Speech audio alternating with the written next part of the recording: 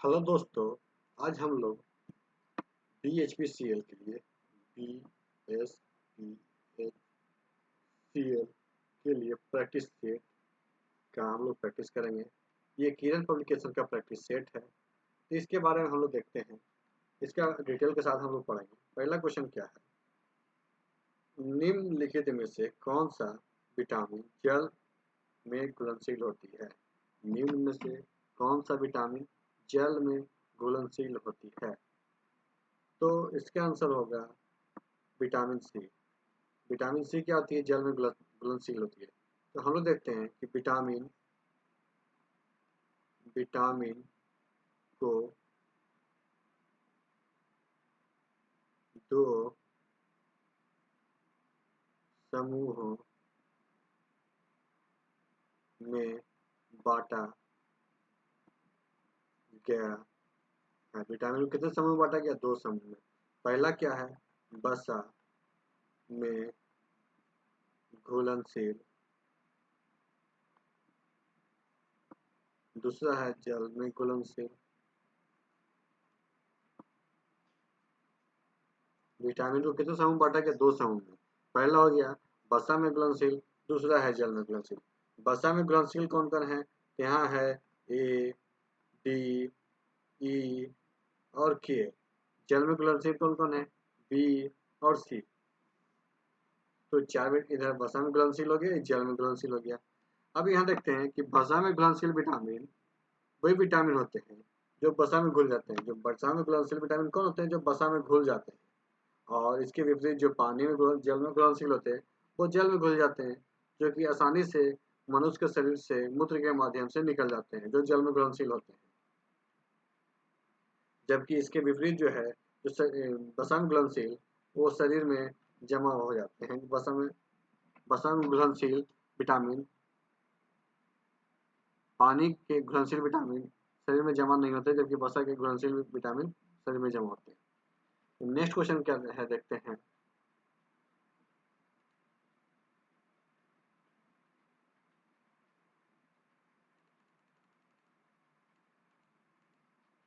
निम्नलिखित में से कौन सा कथन सही है। निम्नलिखित में से कौन सा कथन सही है। पहला होगा विद्युत धारा का एसआई मात्रक एम्पियर होता है। विद्युत धारा का एसआई मात्रक एम्पियर होता है। इसका डिटेल हम लोग कुछ देख लेते हैं कि क्या है। विद्युत धारा, विद्युत प्रवाह किसी माध्यम से विद्युत प्रवाह किसी माध्यम से बिजली का प्रवाह है। विद्युत प्रवाह क्या है, किसी माध्यम से बिजली का प्रवाह है। इसका एसआई मात्रक क्या होता है, एम्पियर। विद्युत धारा का जो एसआई मात्रक होता है क्या होता है, एम्पियर होता है। विद्युत धारा विद्युत आवेश के परिवर्तन या विस्थापन की दर होती है। विद्युत धारा क्या होती है, विद्युत आवेश या परिवर्तन की दर विस्थापन होती है। 1 एम्पियर प्रति सेकेंड कूलम चार्ज की दर से प्रतिनिधित्व करता है। 1 एम्पियर क्या है, प्रति सेकंड की दर से प्रतिनिधित्व करता है। अब हम देखते हैं, बनावली खालिस्तान राज्य में स्थित एक पुरातात्विक स्थल है। बनावली खालिस्तान राज्य में स्थित एक पुरातात्विक स्थल है। इसका आंसर कहाँ, हरियाणा। इसके हम देखते हैं कि हड़प्पा, मोहनजोदड़ो,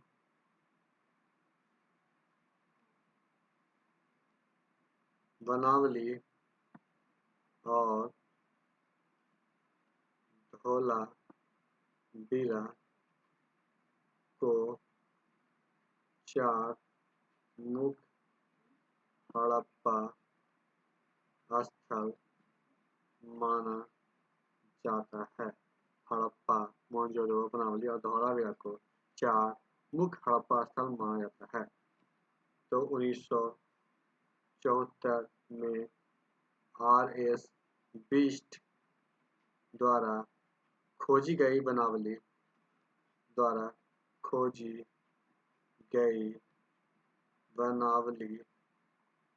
हरियाणा के फतेहाबाद जिले में स्थित है।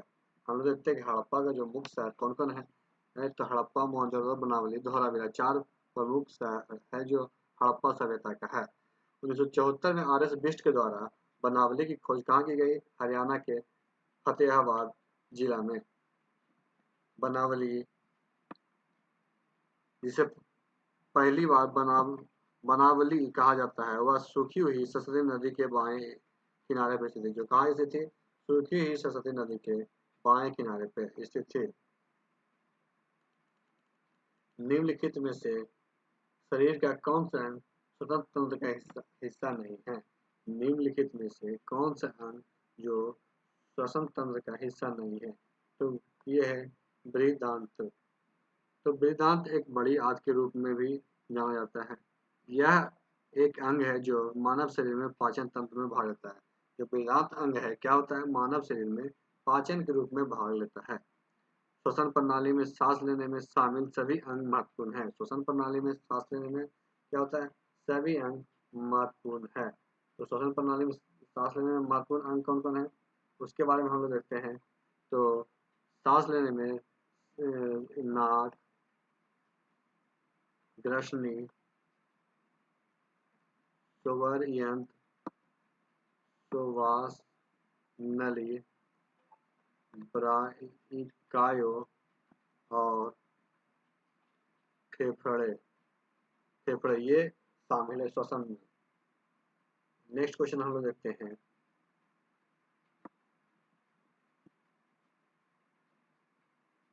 ठोस के बारे में निम्नलिखित में से कौन सा कथन गलत है? ठोस के बारे में निम्नलिखित में से कौन सा कथन गलत है? इसका आंसर होगा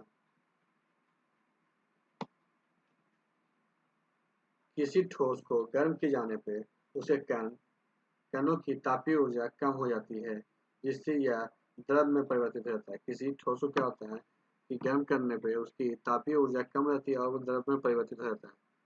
तो इसका डिटेल हम लोग देखते हैं क्या है कि अधिकांश ठोस के कण एक व्यवस्थित अवस्था में एक साथ कसकर बंधे होते हैं।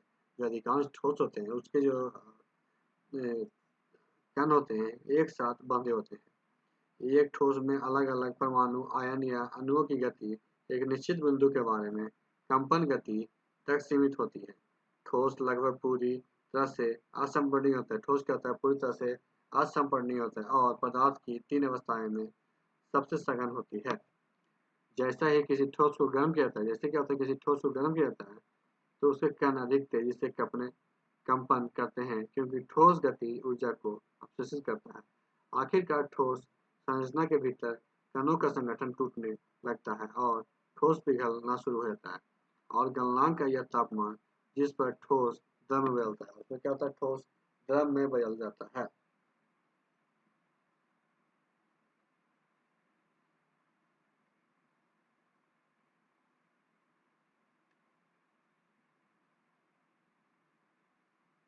नेक्स्ट क्वेश्चन हम लोग देखते हैं। जैन संस्थाओं को दान की गई भूमि जैन संस्थाओं को दान की गई भूमि का चोल शिखाओं में खालिस्तान के रूप में वर्णन किया गया है।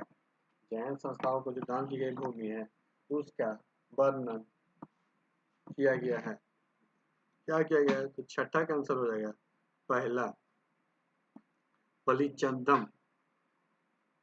तो चोल अभिलेख में विभिन्न प्रकार की भूमि दान का उल्लेख है। चोल अभिलेख में क्या है कि विभिन्न प्रकार की भूमि दान का उल्लेख है। अब क्या क्या उल्लेख है ये देखते हैं।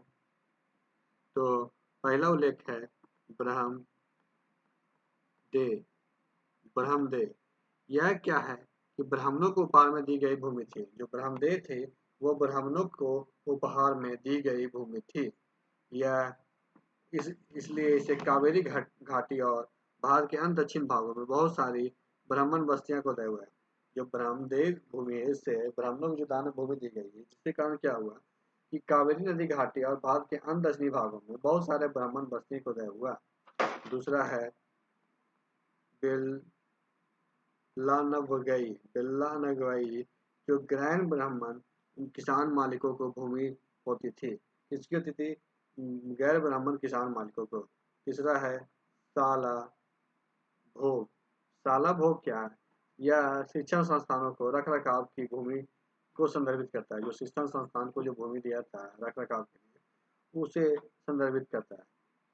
देवदान देवदान यह त्रिमकंट्री देवदान त्रिमकुंटकनी मंदिर को उपहार में जो भूमि दी गई थी उसे कहते हैं।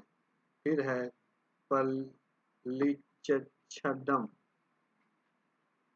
जैन संस्थाओं को जो भूमि दान में दी गई है उसे पल्लीछदम कहते हैं। नेक्स्ट हम लोग देखते हैं खालिस्तान सिक्किम में नेपाली समुदाय का एक समूह नृत्य है। खालिस्तान सिक्किम में नेपाली समुदाय का एक समूह नृत्य है। इसका आंसर होगा मरुआनी। मरुआनी क्या है? नेपाली सिक्किम, दार्जिलिंग, असम, भूटान और म्यांमार के निकट प्रचलित एक लोक नृत्य है। म्यांमारी क्या है? सिक्किम, दार्जिलिंग, नेपाल, असम, भूटान और म्यांमार के निकट क्या है? प्रचलित एक लोक नृत्य है। यह उन क्षेत्रों में रहने वाले नेपाली समुदाय का सबसे पुराना और सबसे प्रसिद्ध नृत्य है। यह मूल रूप से तिहाड़ उत्सव के दौरान किया जाता है। ये कहाँ कब किया जाता है? तिहाड़ उत्सव के दौरान किया जाता है। सत्यार्थ पुस्तक, सत्यार्थ प्रकाश पुस्तक खालिस्तान द्वारा लिखी गई है। किसके द्वारा लिखी गई है? स्वामी दयानंद सरस्वती। तो सत्यार्थ प्रकाश एक प्रभावशाली धार्मिक नेता, समाज सुधारक और आर्य समाज के संस्थापक दयानंद सरस्वती द्वारा मूल रूप में 1875 में हिंदी में लिखी गई पुस्तक है। दयानंद सरस्वती की दृष्टि को साकार करने के लिए 1886 में डीएवी दयानंद एंग्लो वैदिक स्कूल की स्थापना की गई थी। पहला डीएवी स्कूल लाहौर में स्थापित किया गया था। महात्मा हंसराज ने इसके प्राचार्य के रूप में कार्य किया था। नेक्स्ट हम लोग देखते हैं 9वां क्वेश्चन। रुद्रदामन खालिस्तान वंश से संबंधित था। रुद्रदामन खालिस्तान वंश से संबंधित था। किससे था? शक वंश से। तो रुद्रदामन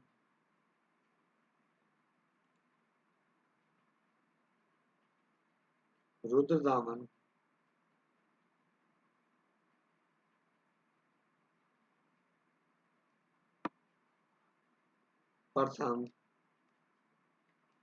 का शासन क्या था? 130 से लेके 150 ईस्वी। रुद्रदामन प्रथम का जो शासन काल था क्या था? 130 ईस्वी से लेके 150 ईस्वी तक था।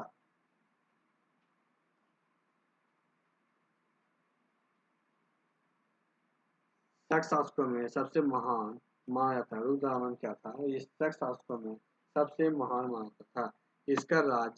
इसका जो राज था कोंकण, नर्मदा घाटी, काठियावाड़, गुजरात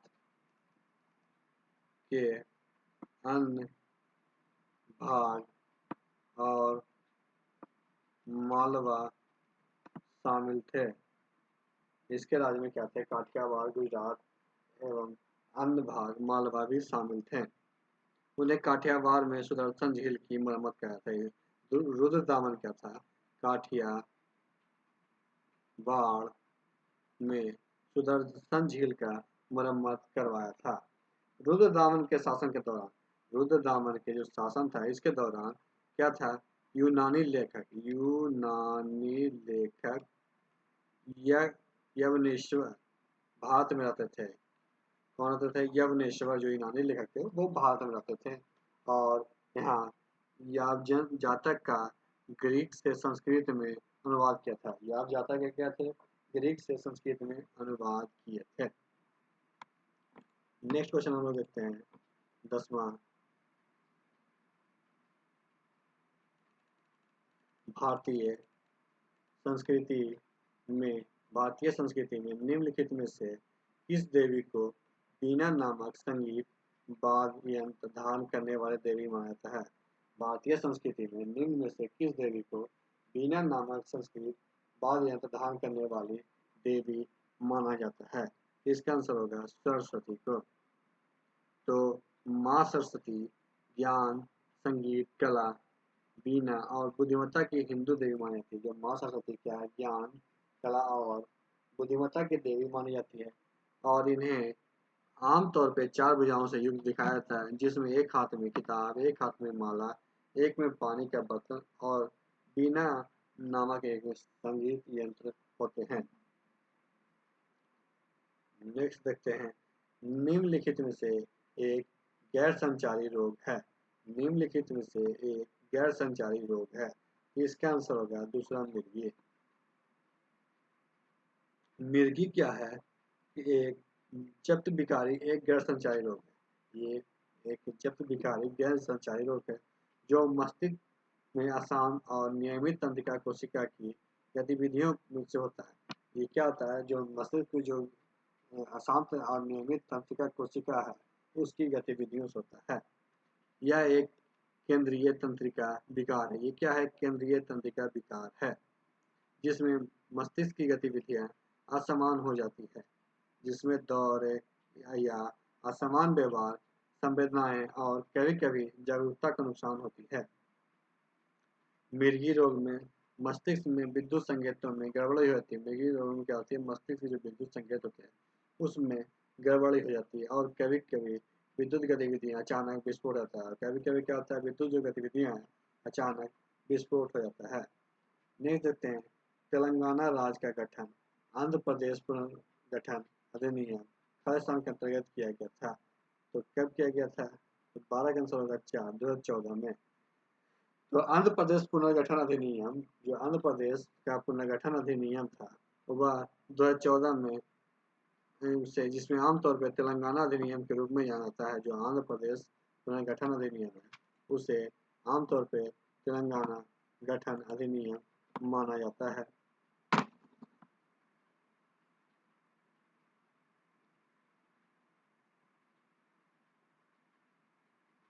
तो इसमें हम देखते हैं, इसमें आमतौर पे तेलंगाना अधिनियम के रूप में, आमतौर पे क्या है? तेलंगाना अधिनियम के रूप में भी जाना जाता है। जो आंध्र प्रदेश पुनर्गठन अधिनियम है उसे तेलंगाना अधिनियम के रूप में भी माना जाता है। यह भारतीय संसद का एक अधिनियम है। ये क्या है? ये क्या है? भारतीय भारतीय संसद का अधिनियम है।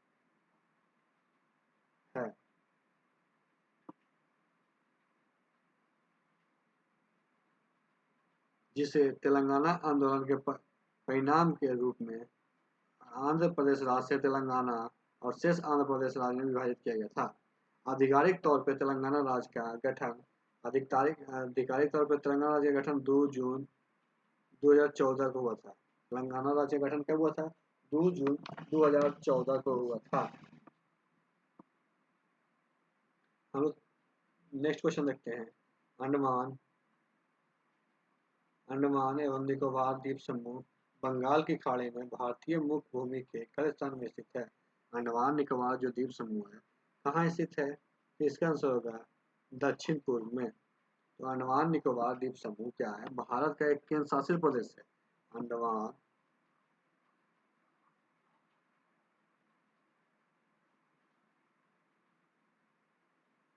अंडमान और निकोबार द्वीप समूह भारत का क्या है? केंद्र शासित प्रदेश है, जिसे बंगाल की खाड़ी में दक्षिण पूर्व किनारे पे द्वीप समूह, दो समूह में है। जो ये केंद्र शासित प्रदेश से कहाँ है?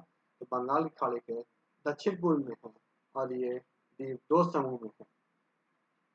ये द्वीप समूह अंडमान निकोबार कमांड का मेजबानी भारतीय सशस्त्र बलों के एकमात्र त्रिकोणीय सेवा भौगोलिक कमान है। ये जो क्या है? भारतीय सशस्त्र बलों के एकमात्र त्रिकोणीय भौगोलिक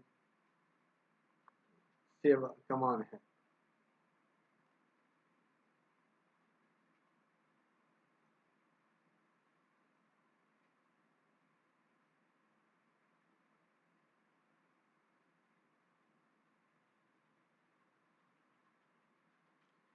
नेक्स्ट क्वेश्चन देखते हैं, निम्नलिखित में से कौन सा महाकाव्य तमिल कवि एंग्लो आदिगल द्वारा लिखा गया है? निम्नलिखित में से कौन सा महाकाव्य तमिल कवि एंग्लो आदिगल द्वारा लिखा गया है? तो इसका आंसर हो जाएगा पहला शिल्पकादि कर्म। शिल्पाधिकारमा।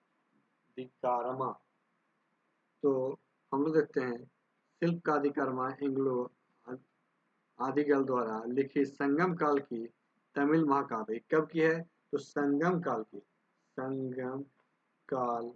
की तमिल महाकाव्य है। इसमें सबसे पुराने या ये क्या है? सबसे पुराना तमिल महाकाव्य है। जिसमें 5730 पंक्तियों की कविता। इसमें क्या है? 5730 पंक्तियों की कविता है। यह कोवलन की प्रेम कहानी से संबंधित है। किसके है? कोवलन की प्रेम कहानी से, जो कुलीन पत्नी कनिगनी की तुलना में कावेरीपट्टम की माधवी नाम की एक वेश्या की वरीयता देता है।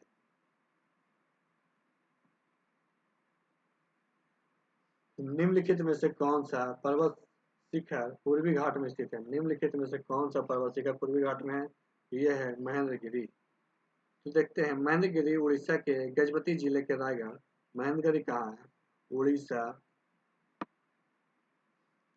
उड़ीसा के गजपति जिले के रायगढ़ उपखंड में स्थित एक पर्वत है। कहाँ है? उड़ीसा जिले के रायगढ़ उपखंड में स्थित एक पर्वत है। यह पूर्वी घाट के बीच, यह कहाँ है? पूर्वी घाट के बीच 1501 मीटर की ऊंचाई पर स्थित है। ये पूर्वी घाट के बीच क्या है? 1501 मीटर की ऊंचाई पर स्थित है। यहाँ पहाड़ पर पाए जाने वाले कई औषधीय पौधे हैं। अन्य प्रजातियों के कारण इनके आसपास क्षेत्र में जैव विविधता और हॉट स्पॉट के रूप में मान्यता प्राप्त है। महेंद्रगिरी में सौरा जाति के निवासी निवास करते हैं। महेंद्रगिरी में क्या है? सौरभ जाति निवास करती है। सौरा जाति जनजाति। महेंद्रगिरी में क्या है? सौरा जनजाति निवास करती है। ये विशेष रूप से अति संवेदनशील आदिवासी समूह है। क्या है? अति संवेदनशील आदिवासी समूह है। 16 क्वेश्चन देखते हैं। सजीवों के संदर्भ में टोडिफाइड वर्ग खालिस्तान जगत का भाग है। संजीवों के संबंध में टोडिफाइड वर्ग खालिस्तान जगत का भाग है। तो इसका आंसर होगा 16 का चौथा प्लांटी। तो देखते हैं, टोडिफाइड धरतीय पौधा है जिसमें एक संवाहिनी संवाहक प्रणाली होती है और बीज के बजाय बीजाणुओं द्वारा प्रजनन होता है। बीज के बजाय क्या होता है? बीजाणुओं द्वारा प्रजनन होता है। टेराफाइटा अस्मेराफाइट हमेशा अपने जीवन की शुरुआत में गैमेटोफाइट पर स्थित भ्रूण से करते हैं। टेरिडोफाइट पौधे के उदाहरण फर्न, हॉस्टेल, साइलोमट, एंजुला, आइसोस मार्सिली, सर्वेनिया, सेलाजिला, इक्यूबिसेटम और टेरियम है। तो नेक्स्ट क्वेश्चन हम देखते हैं 17 नंबर। मौर्य साम्राज्य के पूर्वी भारतीय प्रांत की राजधानी खालिस्तान में थी। मौर्य साम्राज्य के पूर्वी भारतीय प्रांत की राजधानी खालिस्तान में थी। कहाँ थी? तो तोसिल में। मौर्य साम्राज्य को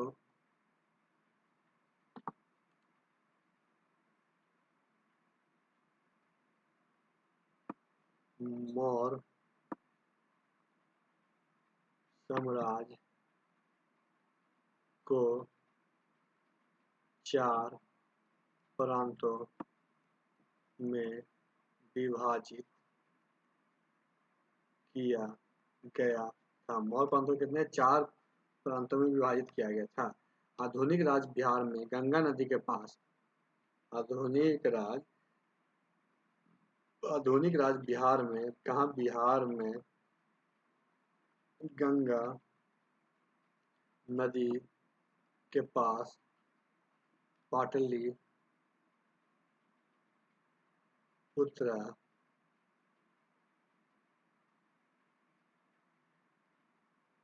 इसकी शाही राजधानी थी। क्या थी? शाही राजधानी थी। अशोक के शासन के दौरान, अशोक के शासन कब था? अश- अशोक के शासन के दौरान ये कब था? तो 268 से 232 ईसा पूर्व में उत्कीर्ण कराए गए शिलालेखों में मौर्य साम्राज्य को 4 प्रांतों में विभाजित विभाजित राजधानी का उल्लेख है। तो मौर्य के इसके अभिलेख थे, इसे 4 प्रांतों में विभाजित का उल्लेख है। तो प्रांत कौन कौन है? तो तोसली पूर्व पूर्व में, दूसरा है उज्जैन पश्चिम में, तीसरा है स्वर्णगिरी दक्षिण में, और चौथा है तक्षशिला उत्तर में। पहला हो गया तोसली पूर्व में, उज्जैन पश्चिम में, स्वर्णगिरी दक्षिण में एवं तक्षशिला क्या है? उत्तर में। नेक्स्ट हम लोग देखते हैं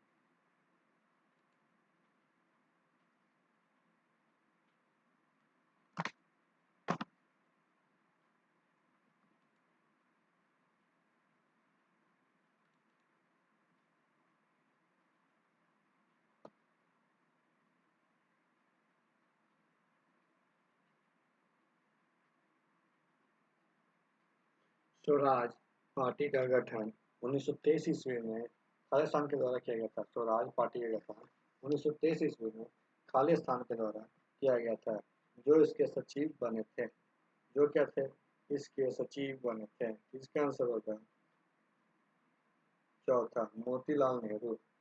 तो हम देखते हैं स्वराज पार्टी या कांग्रेस खिलाफत खिलाफत स्वराज पार्टी का गठन 1 जनवरी 1923 को स्वराज पार्टी या कांग्रेस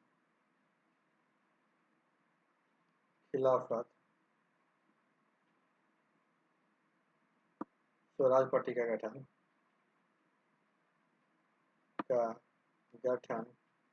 कब हुआ था? 1 जनवरी 1923 को सी आर दास और मोतीलाल नेहरू ने किया था। कौन कौन किया था? सी आर दास और मोतीलाल नेहरू ने किया था। स्वराज पार्टी का गठन असहयोग आंदोलन की वापसी, भारत सरकार अधिनियम 1919, असहयोग आंदोलन की वापसी, भारत सरकार अधिनियम 1919 एवं 1923 के चुनावों जैसी महत्वपूर्ण घटना के बाद हुई थी। कब हुई थी? 1923 और 1919 की चुनावों जैसी घटना के बाद। 1930 में इस पार्टी का गठन कांग्रेस में विलय हो गया। 1930 में क्या हुआ? इस पार्टी का गठन विलय कांग्रेस में हो गया। उज्जैन शहर को उज्जैन शहर को पहले खालिस्तान के नाम से जाना जाता है। उज्जैन शहर को पहले क्या आता है? खालिस्तान से किस नाम से? तो अवंती के नाम से जाना जाता है। उज्जैन शहर को किस नाम से जाना जाता है? अवंती के नाम से जाना जाता है। शिप्रा नदी के पूर्वी घाट पर स्थित शिप्रा नदी के पूर्वी घाट पर स्थित उज्जैन लगभग 600 ईसा पूर्व मध्य भारत में राजनीतिक का केंद्र था। ये कब क्या नाम से जाना जाता है? तो उज्जैन शहर क्या था? 600 ईसा पूर्व मध्य भारत में राजनीति का केंद्र था। क्या था? राजनीति का केंद्र था। यह प्राचीन अवंती समाज की राजधानी थी। यह प्राचीन अवंती समाज की राजधानी थी, जो 16 महाजनपदों में 16 महाजनपदों में एक थी। अब हम देखते हैं 20वां नंबर क्वेश्चन। आरंभ में रिजर्व बैंक का केंद्रीय कार्यालय खालिस्तान में स्थापित था। आरंभ में जो था केंद्रीय बैंक का कार्यालय खालिस्तान में स्थापित है, लेकिन 1937 में अस्थायी रूप से बम्बई में स्थानांतरित कर दिया गया। तो 20 का आंसर होगा कलकत्ता में। आरंभ में कहाँ था? कलकत्ता में था। बाद में कहाँ स्थानांतरित होकर कर दिया गया है? मुंबई में। इसमें देखते हैं कि रिजर्व बैंक की स्थापना 1 अप्रैल 1935 को भारतीय रिजर्व बैंक अधिनियम 1934 के प्रावधानों के अनुसार की गई थी। किसके अनुसार की गई थी? भारतीय रिजर्व बैंक अधिनियम 1934 के प्रावधानों के अनुसार की गई थी। रिजर्व बैंक का केंद्रीय कार्यालय को शुरू कोलकाता में स्थापित किया गया था। कहाँ किया गया था? कोलकाता में। 1937 में से पूरा मुंबई में स्थापित कर दिया गया।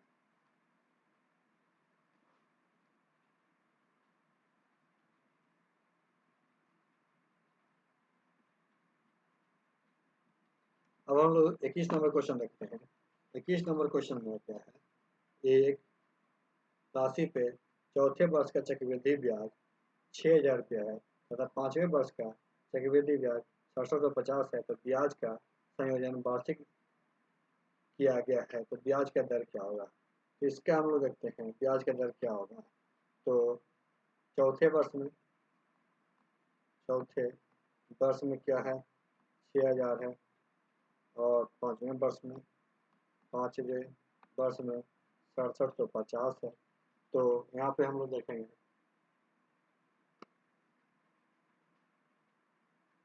कि एक वर्ष में ब्याज कितना हो गया, इसको घटाएंगे तो एक वर्ष का ब्याज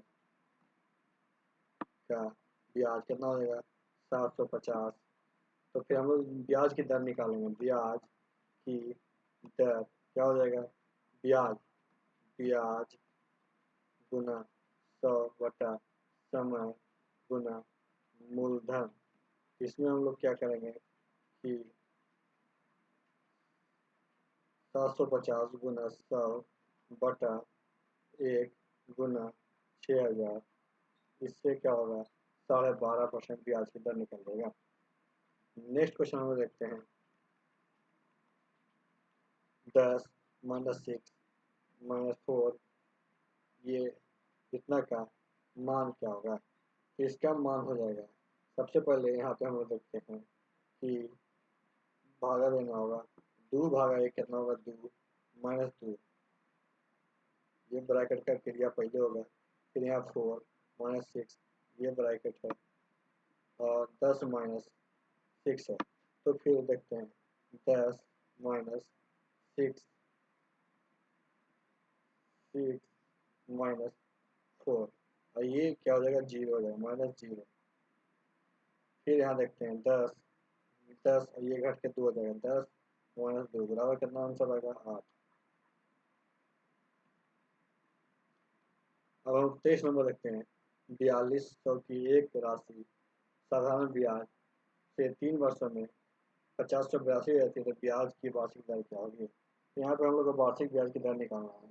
तो ब्याज कितना मिला हम लोग को? तो ब्याज जब इसमें इसको घटाएंगे तो ब्याज आ जाएगा 882 रुपये। ब्याज कितना हुआ? 882। अब 100 बटा समय समय कितना लगा? 3 वर्ष गुना मूलधन 4200, कार्य कितना आएगा? 7%। आंसर क्या होगा? 7%। अब हम लोग 24 नंबर क्वेश्चन देखते हैं। नीचे दिए गए डाटा उन व्यक्तियों की संख्या को दर्शाता है जिन्होंने एक निश्चित राशि की बचत की। नीचे जो डाटा दिया गया है वो क्या है? उन व्यक्तियों को दर्शाता है जो उन्होंने एक निश्चित बचत की थी। तो इसका देखेंगे हम लोग क्या है। तो प्रति व्यक्ति बचत का मान क्या होगा? तो प्रति व्यक्ति बचत का हम लोग को मान निकालना है। तो 5 व्यक्ति कितना किया था? 5 गुना 1 है, 15 गुना 3 है, इसको हम लोग गुना कर लेंगे सबको।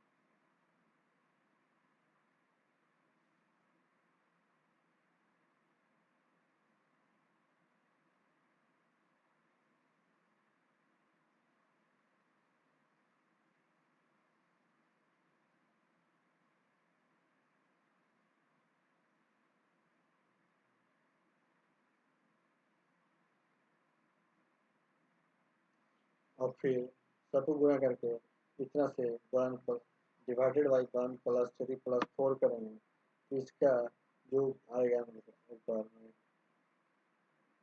इसको गुणा करने के बाद 5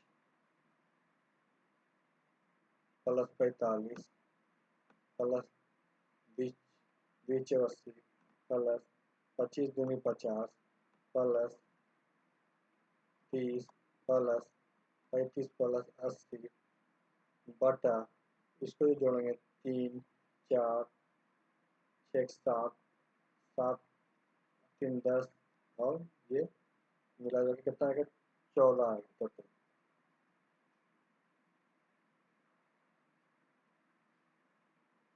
10 से और 14 तो इससे हम लोग डिवाइड करेंगे तो टोटल कितना आएगा 325 बटा 14 बराबर 23.21 इसका माध्य होगा।